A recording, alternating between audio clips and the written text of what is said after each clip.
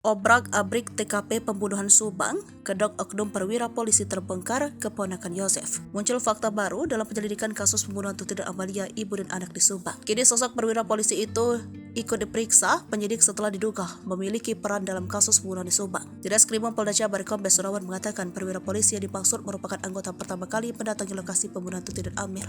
Penyidik kasus Subang dan Polda Jabar bergerak cepat menggeledah rumah sejumlah saksi, mulai dari Yoris, Mulyana, adik Yosef, rumah Banpol yang menyuruh Danu menguras bak mandi, bahkan sampai kediaman perwira polisi. Lebih lanjut, mencuat isu jika perwira polisi tersebut menerima uang sebesar 11 juta. Penyidik Polda Jabar mencocokkan keterangan perwira polisi tersebut dengan hasil olah TKP. Belakangan diketahui sosok perwira tersebut diungkap Kombes Surawan merupakan polisi yang bertugas di Polres Subang. Menurut informasi beredar, perwira polisi tersebut tak lain merupakan keponakan Yosef Arif, anak dari Mulyana. Informasi Arif bertugas di bagian Inafis Polres Subang pada tahun 2021. Namun kini informasinya Arif dimutasi ke Pangandaran.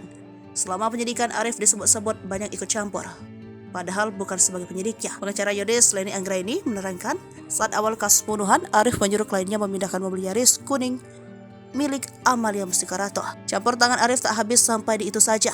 Menurut Leni, Arif melarang melihat otopsi jenazah Tuti Sartini dan Amalia Mustikarato. Campur tangan lainnya yakni pada 1 hari setelah pembunuhan Tuti dan Amel, ia mendatangi TKP ke Subang bersama Mulyana, Yosef dan Yoris.